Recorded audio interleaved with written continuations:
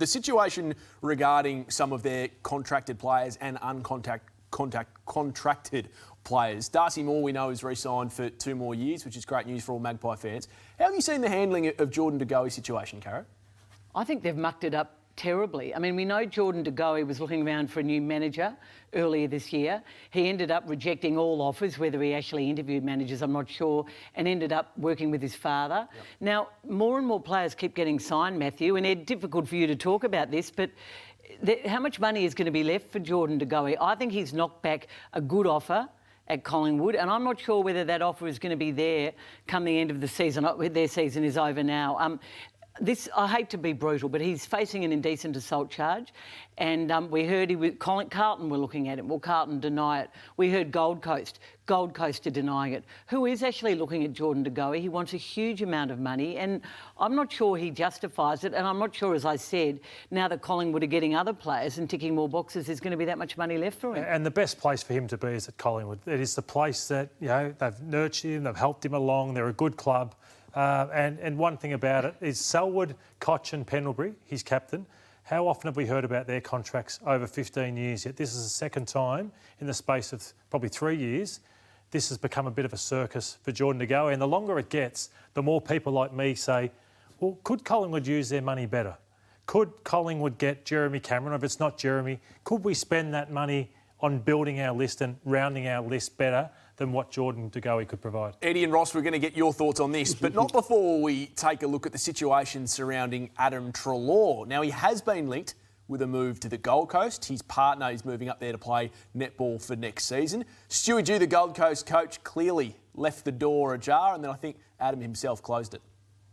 We've got pick 5 to 6 in the draft, and that's something that we would be open to trading, obviously, if one of those types of players, and it purely probably that middle band of 25 plus, but also careful not to tip too far the other way where, you know, we become not a retirement home, but just a pension for a player as well.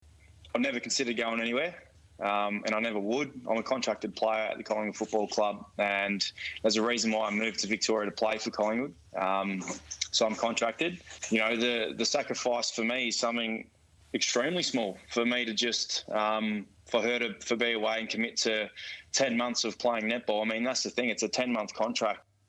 There's a bit to unpack out of that, and that's pretty forthright from Treloar wanting to stay, Ross. But he talked about it as a small sacrifice, and we love Adam Treloar because he's so honest. But partner, young child, moving to another state for a year, that can't be easy. By conventional measures or relationships, it's going to be unique. So clearly they've thought through it and think they can do it, but I think the practicalities of it will be very difficult with I think 1 or under I think child. So it does surprise me, but each to their own. But I think there's some inherent challenges in that. And by convention, I'm struggling to process it a little bit. So you still think that he could play for Gold Coast next year? Well, he could if they hand over pick 5 and Collingwood to trade him, he wants to move. But there's a lot of ifs in that. There's a lot of money too, isn't there? It's a big back-ended deal. I'm just sceptical about... I'm not saying Adam's being dishonest, but there was discussion between Adam Collingwood and the Gold Coast last year, and it didn't happen because Adam didn't want to go. I think that was Collingwood seeing if they could get their hands on Matt Rowell, really. Yep, exactly, and that pick, and Gold Coast said no. But Gold Coast are once bitten, twice shy, but they're waiting for the call, and they still believe it could happen, Ed. Well, I'm just sitting here listening to this. It's Couldn't wonderful, you find a spot on... Why didn't Adam Treloar's partner continue at Collingwood? I don't know. You'd have to ask her, but she's going up to play for the team she used to play for, and she obviously believes that's where her netballing continues. She's a wonderful person too, Kimmy. But look, the main thing there for me is that Adam Treloar, for the second year in a row, has said he wants to play at Collingwood. And I think if you asked Jordan De Goey, he'd say the same thing.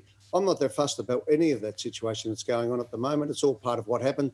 We only finished playing on the weekend. So as far as having a crack at Geordie and what's going on, yeah, that's grist for the mill at the moment. That's what every story is about, players moving. I'm confident that both those boys will be at Collingwood next year. Sam, just on that, there's going to be, I reckon, clubs falling over themselves with what Stewie Dew's put out there. They're probably the only club in the comp who would be happy to part with a pick inside top 6. So I reckon if I was sitting back and I'd be thinking, who on our list could we maybe tempt the Gold Coast Suns out of?